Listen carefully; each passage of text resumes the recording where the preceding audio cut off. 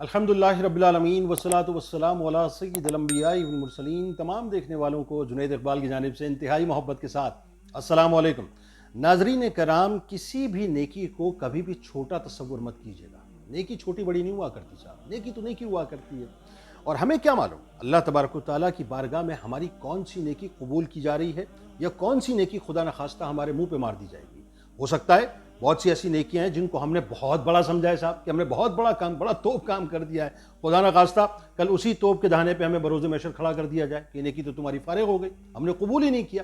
اور کوئی ایسی نیکی جس کو ہم نے بہت ہی فار گرانٹیڈ لیا تھا، بڑا چھوٹا سا لیا تھا صاحب، چھوٹا سا کام کر دیا ہے، لیکن اللہ کے نزدیک وہ اتنی بڑی ہو گئی صاحب کہ کل بروز محشر ہمارے لیے توشہ آخرت بن گئی۔ تو کبھی بھی کسی بھی نیکی کو چھوٹا ہمیں نہیں سمجھنا چاہیے، نیکی کو بس صدق دل سے کرنا چاہیے، نیت کے اخلاص کے ساتھ کرنا چاہیے، اور اس تیقن سے کرنا چاہیے کہ ہمارا رب اسے بس قبول کرے گا یقیناً، اور اللہ تبارک و تعالیٰ کی رحمت کے صدقے اس نیکی کا بدلہ مجھے عطا ہو۔ اب اس کا میں آپ کو معاملہ بتلاتا ہوں، اور بڑی خوبصورت روایت ہے صاحب۔ بخاری شریف کی ایک حدیث میں آتا ہے کہ نبی کریم صلی اللہ علیہ وآلہ وسلم نے فرمایا کہ ایک شخص راستے میں سفر کر رہا تھا کہ اسے پیاس لگی، پھر اسے راستے میں ایک کنواں ملا اور وہ اس کے اندر اتر گیا، اور اترنے کے بعد اس نے پانی پی لیا۔ اب ہوا یہ کہ جب وہ باہر آیا تو اس کی نگاہ ایک کتے پر پڑی جو ہانپ رہا تھا، کانپ رہا تھا، اور پیاس کی سختی سے کیچڑ کو چاٹ رہا تھا۔ ذرا سوچئے کہ کس حد تک وہ پیاسا ہوگا کہ وہ ہانپ بھی رہا تھا، کانپ بھی رہا تھا، اور پیاس کی شدت اتنی تھی کہ وہ کیچڑ کو، یعنی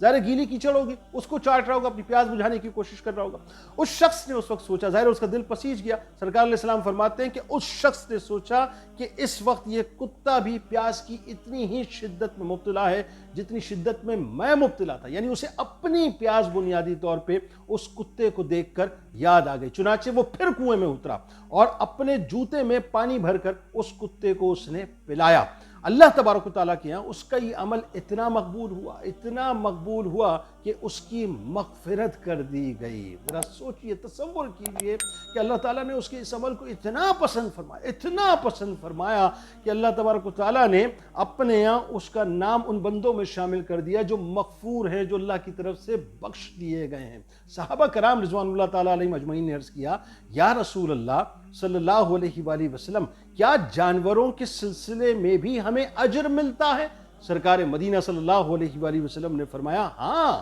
ہر جاندار مخلوق کے سلسلے میں اجر ملتا ہے۔ ناظرین کرام، یہ جو بخاری شریف کی حدیث ہے نا، آپ یقین مانیے اس حدیث کو میں جب بھی پڑھتا ہوں میں اپنے رب کی رحمت کے اوپر قربان جاتا ہوں صاحب، اور قربان جانے کو بارہا دل کرتا ہے۔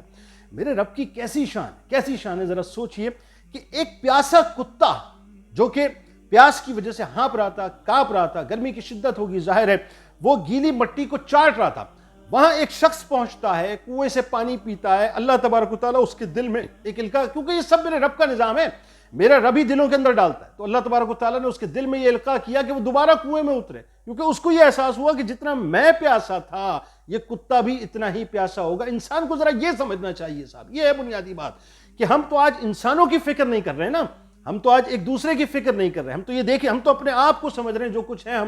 ہم ہی ہیں، ہمیں اللہ تعالیٰ نے بڑا بنایا ہے، یہ ہمارا ہی مقام ہے، ہماری پوزیشن ہے، ہم حسن و جمال کے مالک ہیں، ہم دولت کے مالک ہیں، ہم طاقت کے مالک ہیں، جو کچھ ہے ہم ہیں، ہمارے علاوہ ہم اپنی ناک سے آگے کسی کو دیکھنا بھی نہیں چاہتے، کجا اس کے کہ جانوروں کی ہم بات کریں۔ لیکن اللہ تعالیٰ کی رحمت، اس کا کرم دیکھیے، اللہ تعالیٰ نے اس کے دل میں پہلے القاء کیا نا، کیونکہ وہ القاء اگر نہ ہوتا تو ظاہر ہے اس کو سوچنا تھی، یہ اللہ ہی کی طرف سے توفیق تھی جو اس کو ملی۔ وہ دوبارہ اترا، اس نے جو ہے اپنے جوتے کے اندر پانی لیا، اس کتے کو پلایا۔ اللہ تبارک و تعالیٰ نے نہ صرف اس کی بخشش فرمائی بلکہ اپنے محبوب صلی اللہ علیہ وآلہ وسلم کی زبان مبارک کے صدقے رہتی دنیا تک اس کے اس عمل کو انتہائی مقبول بنا دیا کہ جب یہ روایت پڑھی جاتی رہے گی تب اس شخص کا جو ذکر ہوتا رہے گا۔ یعنی کہنے کا مقصد صرف اتنا ہے کہ آپ کی زندگی کے اندر بہت سے مواقع آتے ہیں، آپ کسی سڑک سے گزر رہے ہیں، کوئی بلی جو ہے خدا نخواستہ بھوکی بیٹھی ہوئی ہے، یا کوئی کتا بھوکا بیٹھا ہوا ہے، پیاسا بیٹھا ہوا ہے، کوئی جانور ہے، یعنی آپ